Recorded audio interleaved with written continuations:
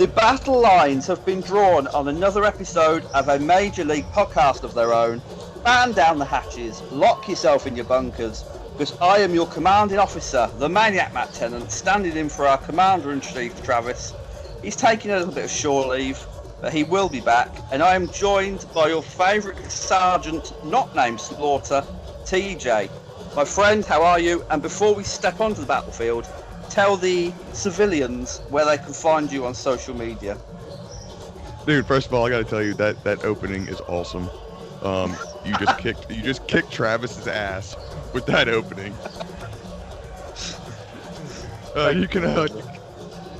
You can find me on Twitter at lawmance_. Facebook and Instagram, you're not going to find me because it's private, and so that's that. That's that, and you can catch me on Twitter at The Perfect Tenant. Do tune in to Union Smack on this very channel. unionsmack.bigcartel.com, where you can pick up an official shirt, and do log on to completelynovel.com, where you can buy my book, The Undertaker, A Trip Down Death Valley. I always feel cheap when I have to plug this stuff, TJ. It's like people are here for a podcast, not to buy you shit, but at the same time, you know what I mean? It has to be done. Hey, you know what's funny though? I bought a Hibiki t-shirt. I think it was a Union Smack t-shirt, but I accidentally bought small, and I'm not a small guy. so my dog wears it. I need a picture of that.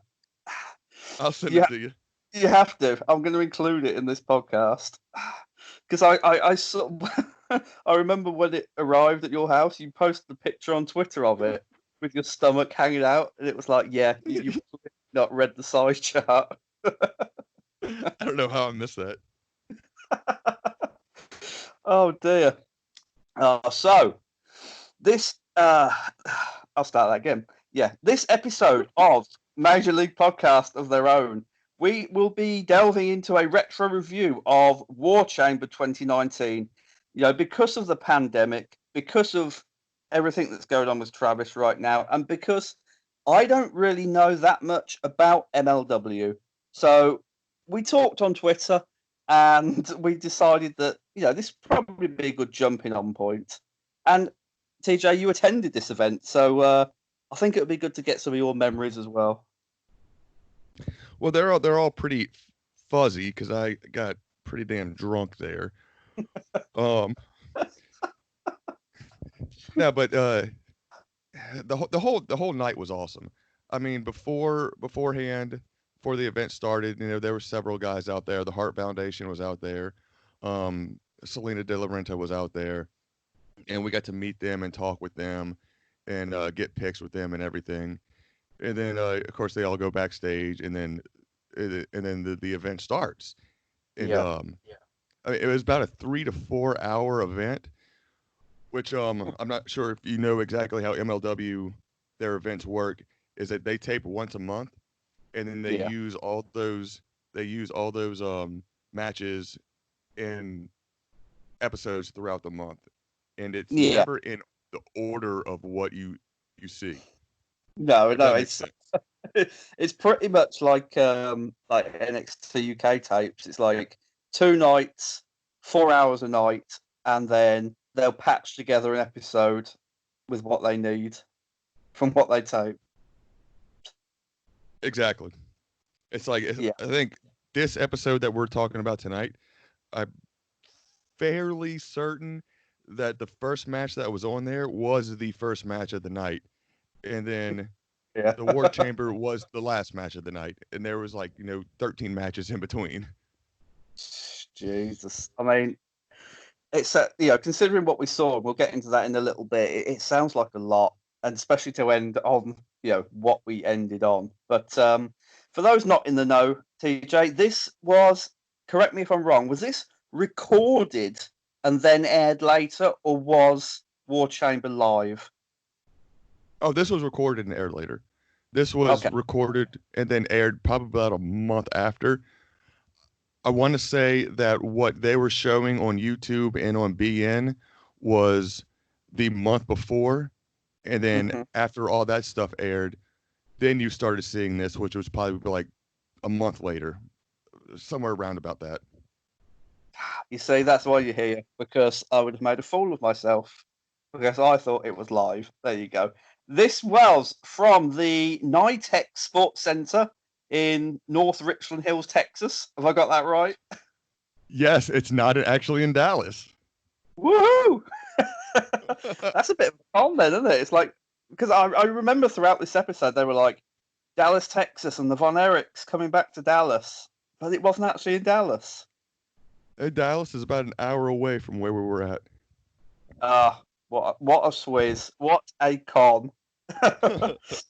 Now I've got a list of not facts, obviously, because I don't like reading out facts to people because they're just, you know what I mean. They sound boring and just researched. But I had to do a little bit of research about the event and about what happened beforehand.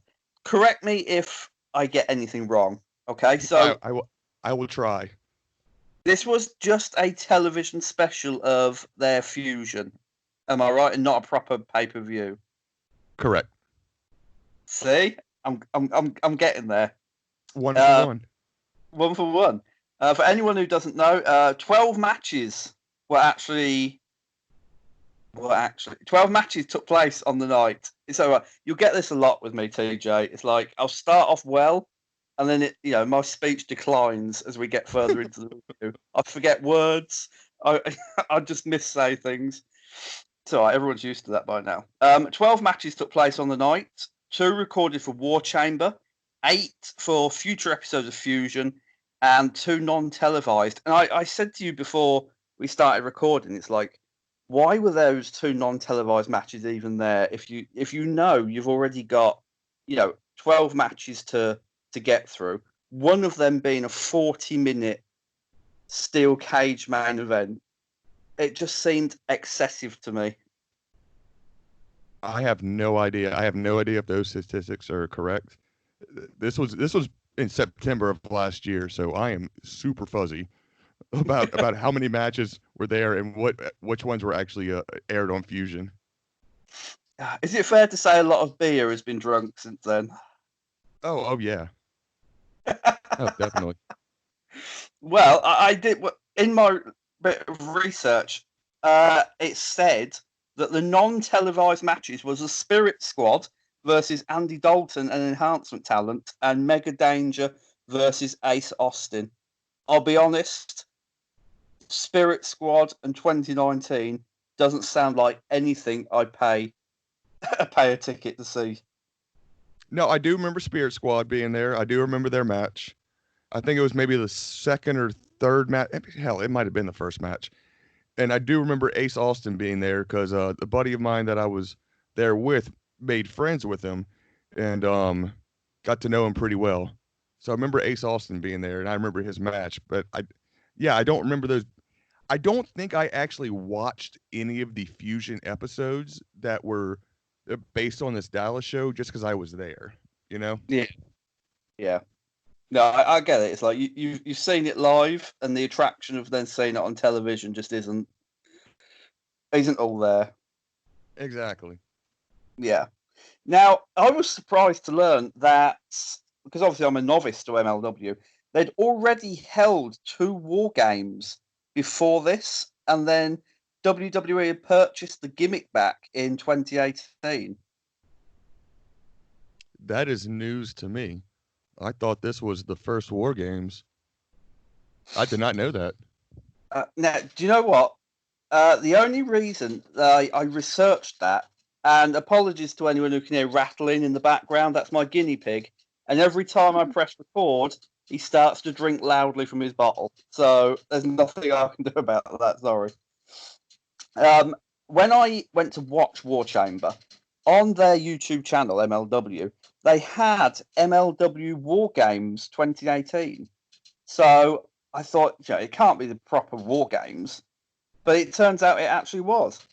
WWE to purchase the gimmick back from them in 2018, meaning that MLW needed something new. Hence, War Chamber was created. I find little facts like that fascinating because I had no idea that WWE didn't own the War Games gimmick. When they purchased WCW. Well, I think with that, maybe it was just a name, the War Games. I mean, for this, the match itself was a War Chamber, and it was the cage match with the barbed wire on top. Yeah, yeah. I will say though, the MLW War Games thing. I've got pictures. I think I'll probably put one up on screen for everybody now. It was contested in 2 rings, just like we see now. So I'm obviously, without going back and watching it, I'm not sure whether it was like a dead ringer for what they do now or what they used to do in WCW. But I'm very fascinated to find out now, TJ. Oh, okay. So War Games you're talking about with the 2 rings. I see what you're saying now. Yeah. And MLW used to use that for their special fusion episodes. So Okay. there is so I believe, and so there's a difference now between what they're doing with War Chamber and how they used to call stuff War Games. War Chamber was specifically that match that they Yeah. had with the cage and the barbed wire and the every 5 minutes a dude enters. Yeah, it was. I mean, the rules for War Chamber were very War Games. I think we can agree on that. It was like, Yeah, yeah. yeah. I mean, we'll get to that in a little bit, but I love facts like that. It's like I absolutely never knew that MLW did anything like that before this event, and that is one of the joys for me of discovering a new promotion. It's like you can just find things out that you never knew, and it's yeah, love it. So overall, what did you think of the entire thing? I know we haven't even started talking about the event yet, but I mean, the entire thing on a whole, does it have probably you interested to watch more MLW? it does have me interested to watch more MLW, but I think that stems from the wrestlers rather than the actual event itself. Yeah. You know what I mean? And we'll get into that because I do have things to say, especially about the War Chamber match, which I think when I heard the name War Chamber, I envisaged something that they probably couldn't even have afforded to build instead of a steel cage with barbed wire on the top. But we'll get to that because the actual event itself it began with a nice video package recapping Contra Unit rampaging through MLW and their feud with Tom Lawlor and the Von Erichs. And I found this very well done because Hmm. obviously an outsider looking in, never seen it before, don't know the stories unless I'd looked them up on Wikipedia or something beforehand. It's like this video package told me almost everything I needed to know about the story going into the main event. Yeah, and I guess a little bit of background for that is Filthy Tom was the MLW heavyweight champion, Mm-hmm. and then he lost it to Jacob Fatu, of course, with interference from the rest of Contra Unit. Yeah. And then they had been feuding back and forth, just him getting the shit kicked out of himself by them. And then he comes back and he's got the Von Erichs with him. And Okay. then there were several episodes where, they were going at against each other, and it was just all out brawls between Contra Union and Team Von Erich. That kind of is what set up War Chamber, Mm-hmm. and then they were also started going after Low Ki, which kind of sets up why Low Ki is in this match, Uh, even though Low Ki and Tom Lawlor had just gotten off of a huge feud with each other. so you describing this to me now makes me want to go back and watch it. It's like I have to get more into MLW now because Oh, I'm it was a great steel cage match between Tom Lawlor and Low Ki for the belt, and then Lawlor wins, and that's when Contra Unit comes out and just starts fucking everybody up. so when we go off air, I have to get dates and times off off of you for that because I need to see that match. I will. I'll have to go through YouTube and look and see. Fair. I'll give you a good starting point. I think that cage match between Low Ki and Tom Lawlor is a really good starting point for MLW. Then that is where I will go back and start because I really do want to get into this more. It's like when you and Travis started this podcast, it was Travis was he was always on at me like you need to watch more MLW. It's like he was really taken with it and still is. And I'll be honest, I was a bit like I will watch it because I've heard good things, but I had a few things going on. I was writing the book. I'm in the middle of another book, and things going on in my personal life, etc. I never really got round to watching it, so I'm glad that I have to now for this podcast because I feel like I've discovered a different world that I want to know more about. Well, it was pretty similar for me. A buddy of mine who I go to the MLW shows with now, he kept telling me, "You need to watch MLW. You need to watch MLW." I was like, "Okay, yeah, I'll watch it." I think it was like one Saturday morning. I was like, "All right, I'll try this MLW show out," and then I was hooked. Yeah. And I texted him. I was like, "Holy shit, thank you." Before we get into the card, what there is of a card, it's very easy watch, isn't it? It's like you don't have to put much into watching it. Some wrestling shows you sit down, you press play, and it's like I feel like I'm going to have to put in an effort to get through. I didn't feel that with MLW. Mm-hmm. No, I mean they're for like WWE. I think this is where you're going. There's so much story and background to it that you feel lost watching. MLW, I mean the storylines go pretty quick, and with their vignettes, you can catch up on it pretty quickly of who hates who wants to fight who, and why. Oh, I mean, absolutely. It's like from the video package that started the show off. It was like I knew what the main event was. You got an idea of who the main players were, and it was very well done and very easy to watch. I'm not sure I can say that about the first match, TJ. Leo Bryan versus I didn't get his name. Some Um, guy, um, he some guy. lasted so little. He didn't last very long at all, and it was just like, who is he? I didn't know who either of those people were. I think that was the first time I've ever seen Leo Bryan. The other guy was out there obviously just to get squashed by him. And Yeah, I don't know if I've seen Leo Bryan since, to be honest. that surprises me because they before the match started, they showed a little interview bit with him in a box in the corner of the screen, and he was doing like berserker impressions and just. I originally thought he'd be like related to Barry Windham or something because he had that look about him. He looked Mhm. like a little bit like Barry Windham did in his younger days. But I mean, to find out that he obviously wasn't a regular because you didn't know who he was, that's surprising. It's like, did they literally just throw two unknowns on a card and decide that 1.5 minutes was just enough to put on the beginning of an event? Well, I think part of it was I think that guy, even though he was billed from Colorado, I think he's from Oklahoma, and Oklahoma and Texas apparently hate each other. Um, Okay.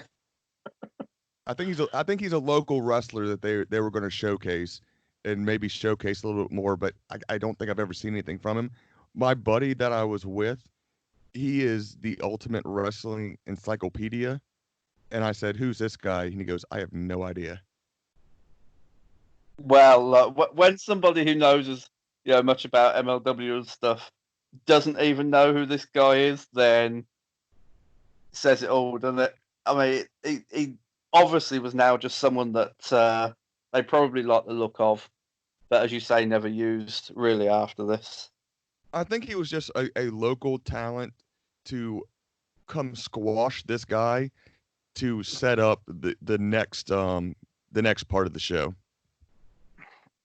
Do you know what? I see that, but now you say it, it's like if that's what it was, what a weird match to include. You know what I mean? But Yeah. when you consider, like, you had Ace Austin in a non-televised match, it's like, why not show us that instead of just this nobody that nobody cares about in a match that really wasn't very good. It was he dominated for a minute and a half and won with the running power slam or Oklahoma Stampede, depending on what people prefer to call it. But what a weird choice to start off with. Yeah, and I think that's all it was. I think it was just set up for Selena De La Renta and Los Parks to come out there. LA I mean, Park. it makes more sense, doesn't it? It's like, we need two people no one cares about who, LA Park can squash with a chair, and then what's her name? Sorry, Selena De La So Renta. Selena De La Renta. Yeah, she can do a promo and move us on to the world title picture at Super Fight. But wow, it's like literally just plucked two men out of the air and went, "Go on, you're on the special TV special." Yeah, and I guess when they're having to cut matches for time and everything. Yeah, Ace Austin is kind of a big guy now. Um and he was rising through the ranks at that time. So you're not going to use an Ace Austin for a match like that. You're not going to yeah. use Spirit Squad for a match like that because I who mean, cares about them? question: Spirit Squad. Were they like regulars in MLW, or were they bought in just for a non-televised match here? From what I can remember, I think that's the only time I've seen them in MLW. Wow, it's like I feel like now this show was just like matches on this show were just packed with wrestlers who just weren't regulars. I think they do that a lot just to fill out an entire match card. Um, maybe Spirit Squad has been there before. I'm trying to remember. I don't recall them, but they might have been. I mean, I can't see why any promotion in 2019 would hire Spirit Squad. I just can't. Oh, they got some major heat though with the crowd. Well, I suppose that's something. I mean, if they weren't in MLW before, then maybe they were pleased with the fact that, do you know what, we haven't been here before, but we've got some heat. I mean, they worked the crowd pretty well. I'll give them that. Well, there you go. At least they did something with their short time in MLW. Exactly. After Lee O'Brien squashed this nameless nobody, Le Parc, Le Parc, I keep calling him that. It's LA Park. Came out with Selena De La Renta. Fuck, she is hot. Oh You yeah. know, I'd heard Jim Cornette talk about her on his podcast like a while back, and him and his co-host were talking about like the hottest women in wrestling. His co-host said Tony Storm, and then Jim Cornette said to him, "You've obviously never stood next to Selena De La Renta." And I thought, oh, yeah, she must be something special. And then she came out, and fuck me. She could have cleared the ring just by giving people like sexy looks. She's that hot. And I have stood next to her and have had my picture taken with her. Is she hotter than she looks on television? Yeah, she really is. She's tiny, Oh, she's tiny little girl. wow. Damn. I'll Anyway, send you that picture too. do yes, please. It's going in. Um, enough perving over Selena De La Renta. She takes the microphone and she has the golden ticket, and she says that LA Park will cash it in at Super Fight. Give us Yep, some against. background on this, TJ. It's like, how did he get the ticket for anyone who didn't see? All right. Oh shit, you're trying to make me go back in my memory now. Um, I think it was either one of the. It was several months prior to that. I think it was either a Chicago show or a New York show where they had an event called Battle Riot. I want to say I could be Yeah, wrong, and it's basically a Royal Rumble type of match. nice. Um, and LA Park wound up winning it, and of course the winner of that gets a golden ticket. It's almost kind of like a Money in the Bank to cash in whenever they want for the championship. So that's the quick, easy background of it. Yeah. LA I mean, Park, LA Park won it, and then he's part of Promotios. Oh, I can't even say the damn word now. Los Promotio, part of Selena De La Renta's group, okay. and and so yeah, shit, that's it. Yeah. Oh, nice. So I also think like Battle Riot is something else we'll have to include in our retro reviews because I like a Royal Rumble or a Battle Royal, so I'm very interested in that. I was quite surprised that I know MLW don't have like a massive budget, etc., but it seemed a little, I don't know what the word is, skimpy on money that they'd just give them a little ticket, like a not either a briefcase or something more spectacular to hold. You know what I mean? It's Well, like you've won a rumble is a ticket. what do you want him to give? Like a gold plaque? A gold plaque would have been better, like better to look at, I think, to carry around with him. You know, just for visual sake, maybe. But Yeah, well, like a golden ticket he can stick in his back pocket. You don't have to worry about going through customs or going through anything with it. It's just sitting there, and they'll go, what is this gold plaque or this gold whatever you have? He's just like, oh, it's just a piece of paper. oh, Come on, man. I love that we're debating a bit of gold paper. It's as if there's nothing better on the show to get into than that. Um, I have to ask because I've never seen LA Park. Is he good? Because he looks like, I'll be honest, he looks like an overweight bag of shit, appearance wise. How does he move in the ring? He's good. He is a Travis is a huge fan of him. He could describe him better.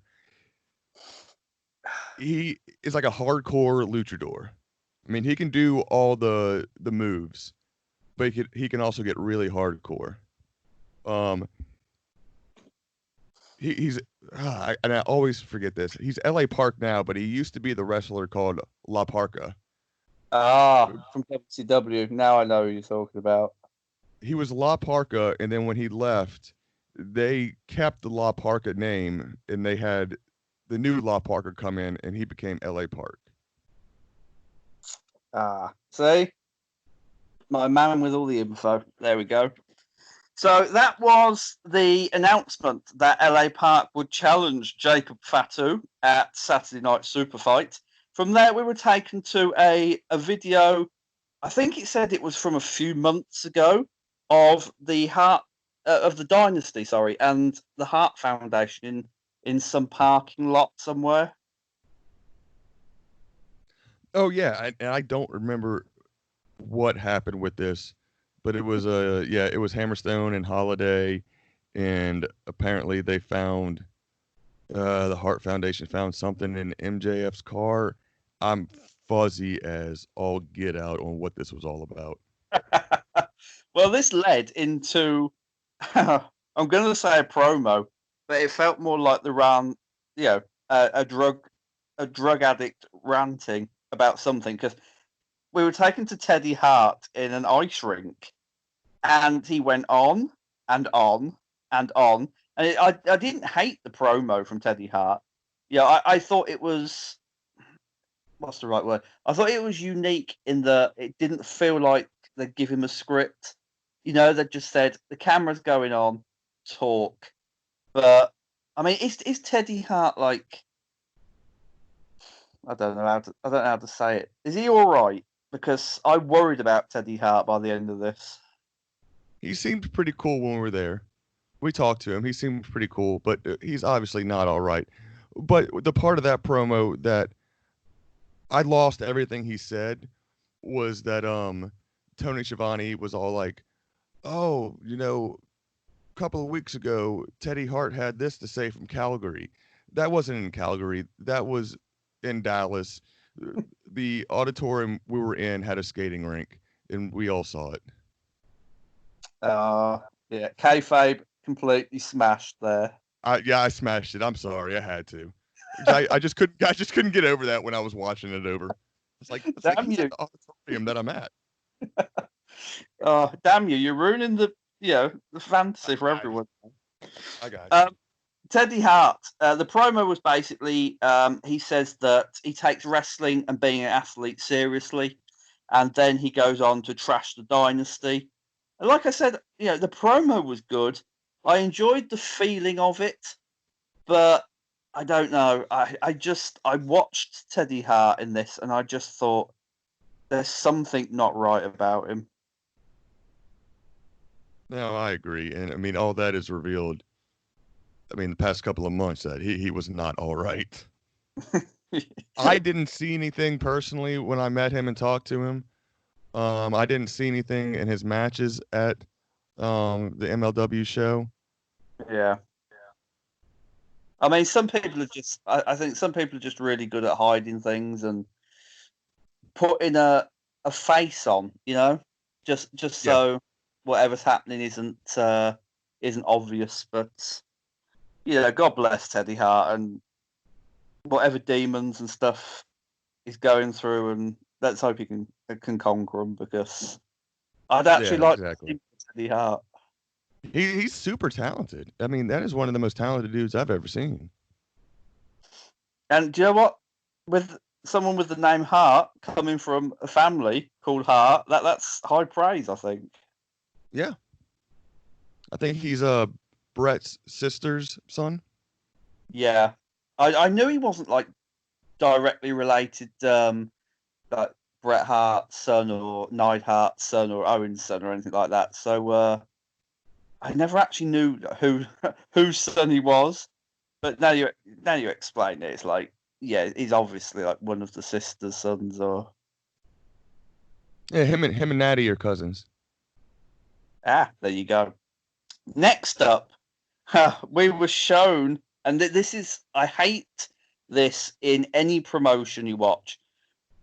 We're shown the war chamber being set up, and the reason I hate it is because I feel like not only like does it take the magic away from seeing it complete, when you come back from an interview or whatever, but it always looks a bit cheap to see like all these men setting it up.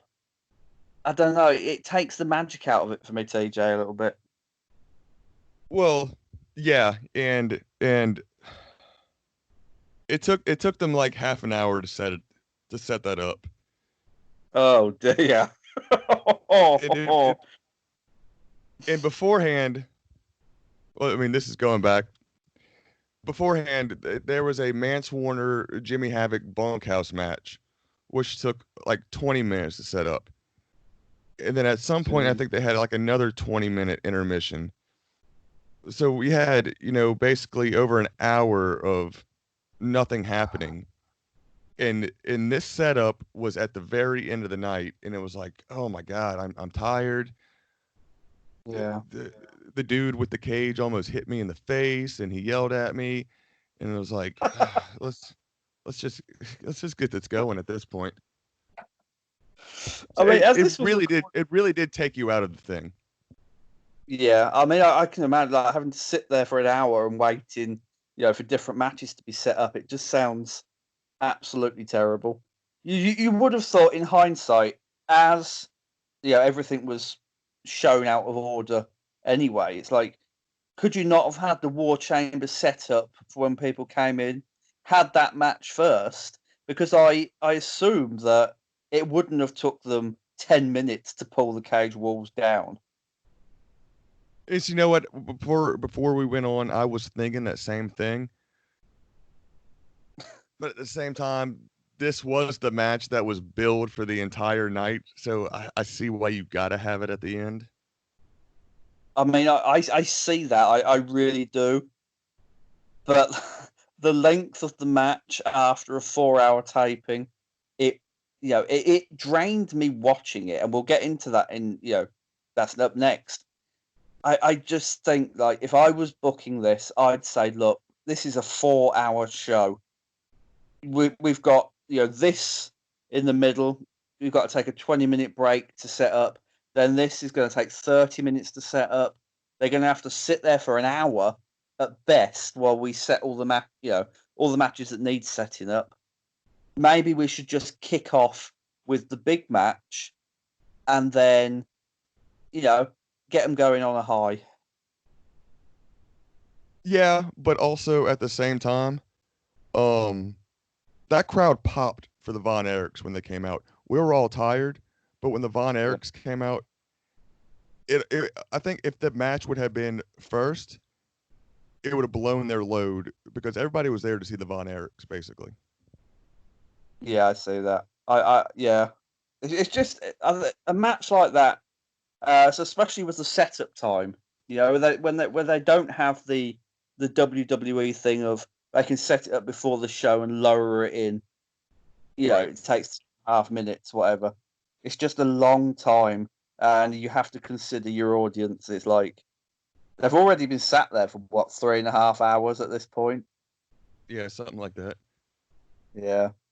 Going back to my original point, though, like seeing the War Chamber being set up, it didn't just like feel like it took the magic away. I felt like it was a come down. Like for me, for a new set of eyes looking in, because as like I said to you before we came on air, the name War Chamber, it makes you think of something grandiose.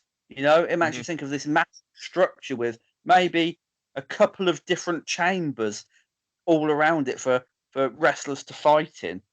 And then you see them setting up a cage with some barbed wire on top.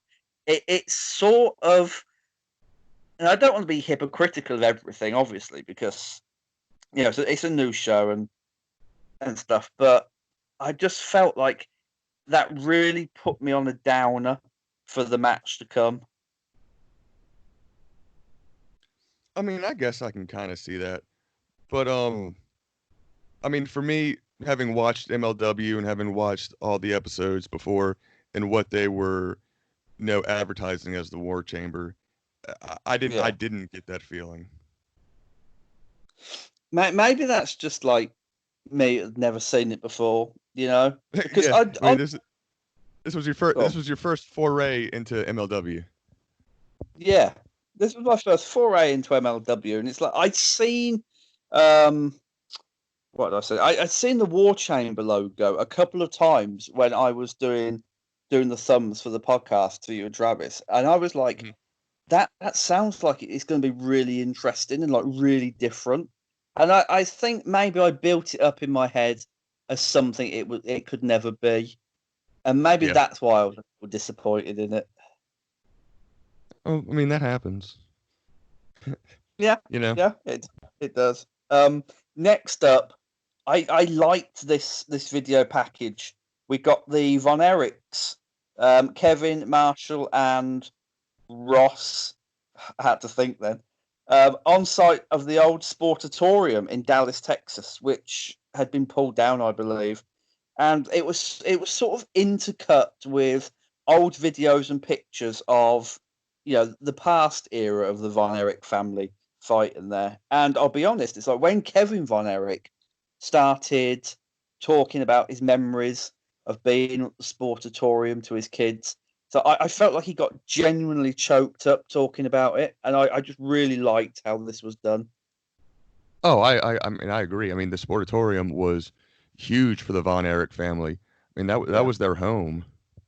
I mean, people in Dallas, in that Dallas area, uh, We were talking to a couple other people before we even went to the match, just like some people at the hotel and everything, and they're like, "Oh, what are you doing here? We're going to see wrestling."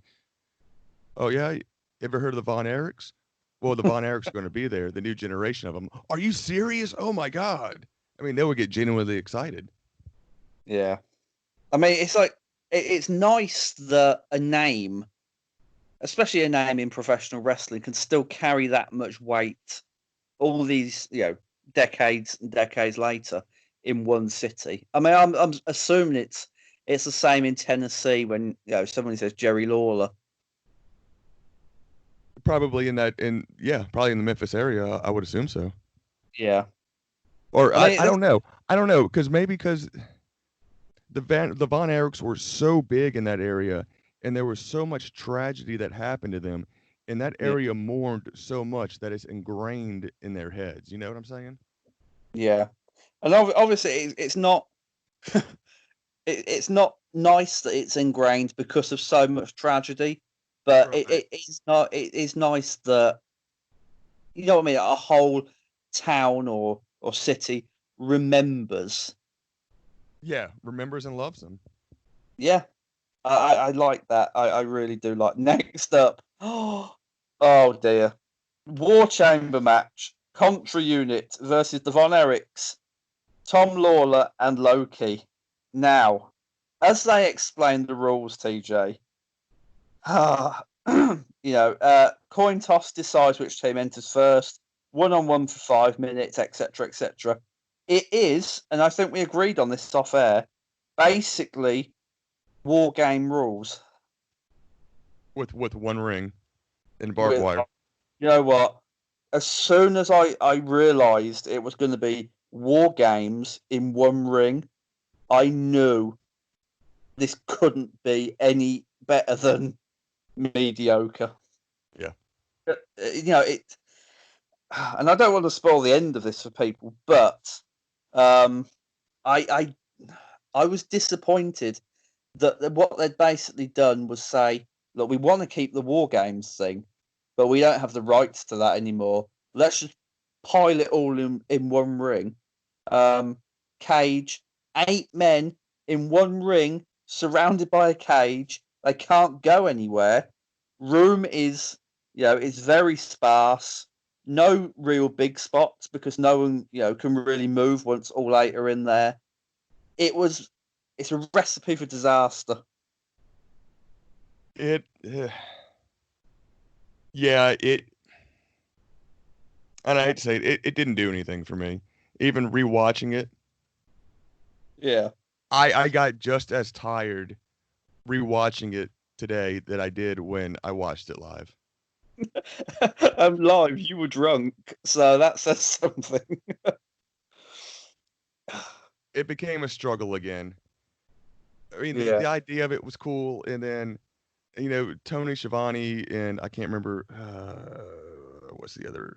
They did their best to try to call it and make it exciting, but it was really just dudes brawling the entire time. Yeah, no spots. I think the only spot I can really think of is when Fatu hit that like kind of like handstand kick to Tom Lawlor and turned it into a moonsault onto I think it was Low Ki. I think it's about Yeah. the only spot I can remember of it. But it was Yeah. just it was just them walking around, hitting each other, looking around. Who am I going to hit next? Let me go hit this guy next. Yeah. And you know what? Simon Gotch and Marshall von Erich started, and when they began, excuse me, losing my voice. When they began, they took it easy, like you see in any standard war games match. They know they've got 40 minutes ahead of them. They can't knock it out the park now. They've got to save something for later, energy wise. So they took it easy. I didn't expect 40 minutes later for it to still be this pace, but it really was. It was walking pace Yeah, throughout the entire match. And, like we said to each other before we recorded, booked, I think, completely wrong with Jacob Fatu. He was third for Contra Unit into the match. He should have been last. He's your world champion. He's a destroyer. You bring him in last. He takes out Lawlor. He takes out Low Ki. He takes out Marshall von Erich. And then finally, for the baby faces, out comes Ross von Erich to face, the Samoan Destroyer. Yeah. Oh yeah, that would have been. I don't think that would have helped the match as much as what you would think it would, just because of the slow pace. Yeah. But it would have made it a lot more interesting. Oh, It would, much more interesting. I felt like, I mean, obviously the Von Erichs were the stars, Texas yeah, except that's undisputed. But as for the heels, Jacob Fatu was by far the superstar, of the match for the heel team, and bringing him out third, I felt he got lost in the shuffle of the match, and he didn't feel as special as he should have done. exactly. Yeah, I mean you're exactly right. He should have been the last Contra Unit guy to come out there and just clean house and wipe out everybody. And then Ross coming out. I completely agree with you. I have no idea why they didn't book it like that. Absolutely none. Maybe because they realized we were all like really tired and they wanted to get Jacob Fatu out there. I don't know. Oh dear.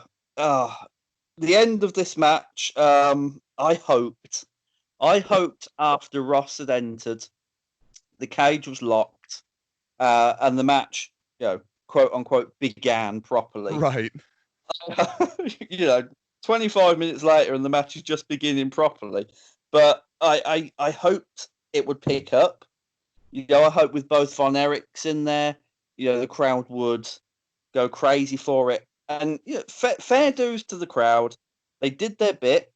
They popped at, arguably the right moments, but they didn't give them anything to pop at. TJ. No, There was they a didn't. very good Hurricanrana on Fatu from Ross von Erich, Yeah. and then this match. I hate to say it, I do. This match, I think, just died a death for me after that. Oh, it was boring. And then let's not forget the moment where some masked dude comes out there and Oh tries to yes, climb the cage. I mean, we were yeah. all sitting there. We were all sitting in the crowd going, "Who the fuck is that? The hell is this?"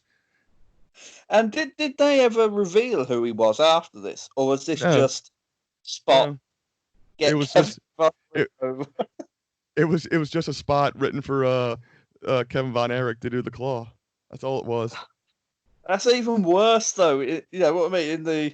In the grand scheme of things, it's like I understand you want to, get Kevin Von Erich doing something in Texas. Of course you do. Massive pop, massive nostalgia moment. But just to have this, just to have this like one random guy dressed up like a burglar climb a cage, and it's just felt a bit random to me. It was never mentioned on any of the shows ever again. And but like Shivani and them, they kind of played it out pretty good because Shivani and them they weren't there, so they recorded their commentary afterward, after everything was already taped. Oh, okay, yeah. And so for him to be like, oh, Contra Unit, they've got people everywhere, and oh, here comes one of their masked people. But for us Yeah. sitting there, we were like, what? What? Who is this guy? Is it going to get explained to us? And nope, never did. I imagine the confusion on your drunk face as he started to climb the cage. Exactly. Oh, the other spot that I really hated in this. Luckily, it was right at the end, so it couldn't have ruined it any more than the match was already ruined. But Tom Lawlor choked out Joseph Samael, and the way the camera was positioned, you could see every member of Contra Unit just watching it happen as they, bought time until it was their turn to come in. It looked absolutely absurd. Dude, honestly, there were so many times where I was rewatching this and I could see the members just sitting there watching something happen and not doing anything because it was somebody else's spot to do something.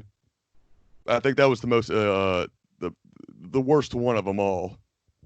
Yeah, it really was, because, and I feel like moments like this made you notice how much One Ring hampered the match. It's like you're 2 foot away. Can you not, step 2 foot and stop your friend being choked out? Right. It was so many things just logistically wrong with this that, wow. You know what I mean? It was just, if they're going to do it again this year, obviously if COVID-19 has gone and they can record, etc. I would like to see them completely overhaul this match. If you can't legally do the 2 rings thing, do 3 rings. Just change it up a little bit so there's some freshness to it, because this cannot happen again. No, I agree. I mean, just not even. Yeah, three rings. I'd love to be at that show and wait for them to set up 2 more rings and move all our stuff, and we're in All right, all right. in a tiny little arena. Okay, how about 3 rings, but the match goes on first? Three rings, and the front row people after the match get to sit in the rings. The other 2 rings. Oh, I'm trying here. All right. Oh, the end of this match got the feel-good ending. The Von Erichs pinned Simon Gotch with the electric chair, Doomsday Iron Claw, whatever they call it. And I think it was Marshall who pinned Simon Gotch in the end. Massive pop for the Von Erichs. Massive pop for, Kevin's claw. And it was the feel-good ending that everybody wanted. Yeah, I mean, after months of or maybe weeks of them battling Contra Unit, and Contra having blinded Ross at one point, and he wasn't even supposed to be there, and playing up that storyline. Yeah, it was the feel good ending. It was what everybody wanted. It was what needed to happen, I guess. But at the same time, Yeah. I think it also hurt Contra Unit because they were supposed to be this unstoppable force. But then again, also at the same time, you can't beat the Von Erichs in Dallas. Exactly. Yeah. Do you feel like MLW booked this show sort of in a corner in a way by having it take place in Texas? Therefore, the Von Erichs had to win to the detriment of Contra Unit. I don't know. I mean, because like, my thinking is that Texas, Von Erichs have to win, right? There's no choice about it, even if you're going to hurt your main heel stable. But if this had been in Boston, New Orleans, New York, Contra Unit could have gone over. Yeah.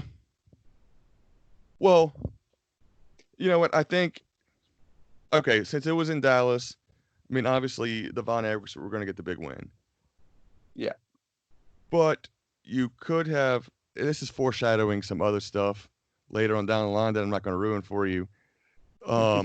You could have had something happen to the Von Erichs to draw heat to Contra, more heat to Contra, and get them over as bigger heels, you know? Yeah. Do you know what I do? I mean, fantasy booking this, even though it was in Texas, I would have had Contra Unit go over.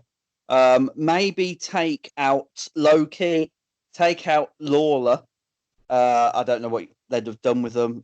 Handcuffed them to the cage, maybe. Destroyed the Von Erichs in the middle of the ring, or at least had Jacob Fatu destroy them in the middle of the ring. And then long-term planning, another event somewhere down the line in Texas for the Von Erichs to get the heat back. And again, I'm not going to ruin stuff for you, but I do see why, other than the Von Erichs going over in Dallas, I do see why they won, and ended this feud. I mean, the feud had been going on for quite a while. Um, Okay. so other than the Von Erichs going over in Dallas and ending the feud, there's some other stuff that happens in later shows. And there was another Dallas show that I went to back in January where some more stuff happened. Okay. Was that a taping or was that like a pay-per-view thing? It was another taping. Okay, doke. Well, I can't wait to get into it because this has, as bad as the match was and as slow as the entire 53 minutes of this event was, it has piqued my interest, and I want to get into MLW more, and I want to get to know the stars more.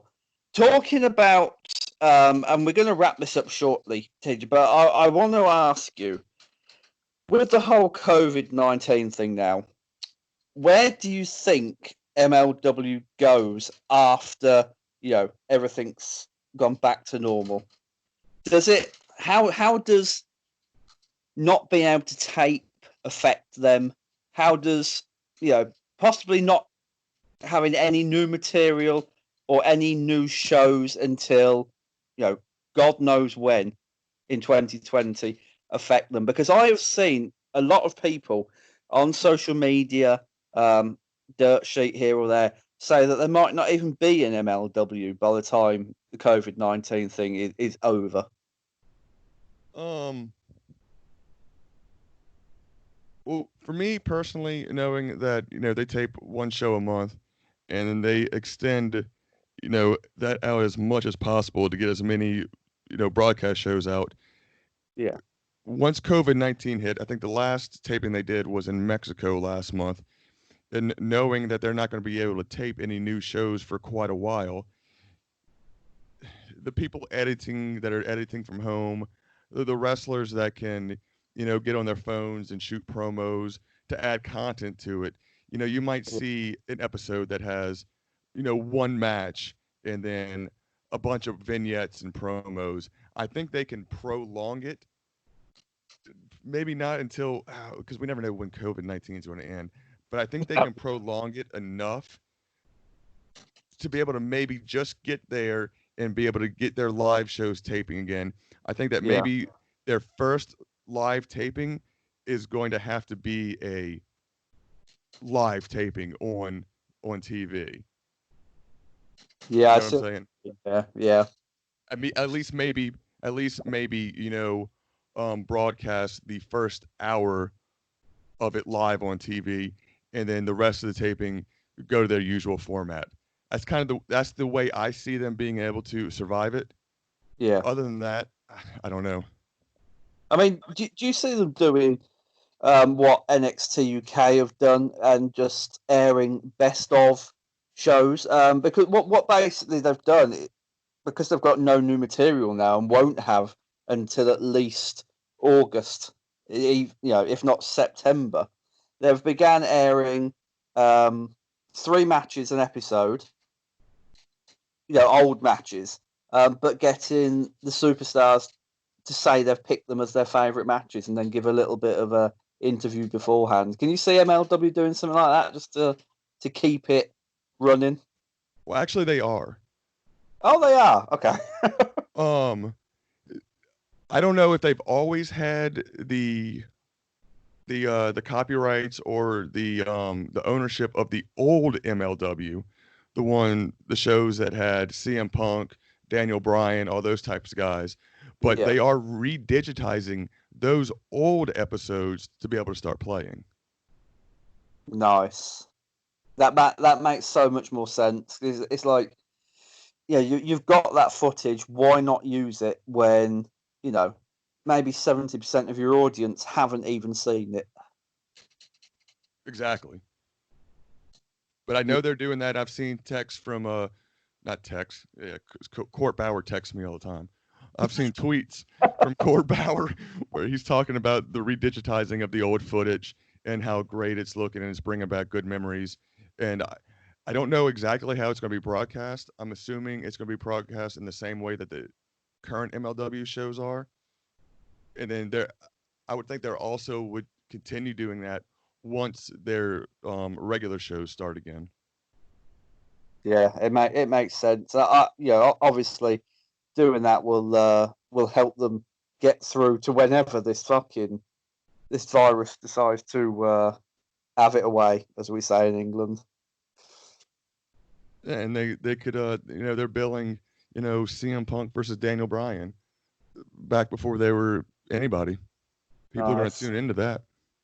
Yeah, I would be tuning into that because I'm very interested in MLW now. I'm glad we did this, my friend, because you've converted me. I will most definitely be pursuing more MLW in my spare time. Awesome. We will be pursuing more MLW next week. We are going to do a retro review of Saturday Night Super Fight, which I am I'm informed has a great main event by yours truly here. But until then, TJ, tell everyone, remind them where they can find you on social media and all that good stuff. You can find me at lawmance_ on the old Twitter and nowhere else because I'm private everywhere else. There you go. And you can find me on Twitter at The Perfect Tenant. Log on to unionsmack.bigcartel.com, pick up an official t-shirt, completelynovel.com where you can purchase my first book, The Undertaker, A Trip Down Death Valley. And I will be here on the channel all month, standing in for Travis. And do check out Union Smack, of course. It is available for you now. Muted with myself and Bubba will be coming your way. Can't wait for that. It's one of the best things I've ever done. And the alternative with Colin and James Hebert will be coming your way also. Thank you very much for joining me, my friend. And until next week, thank you, everybody. Very good night to you all.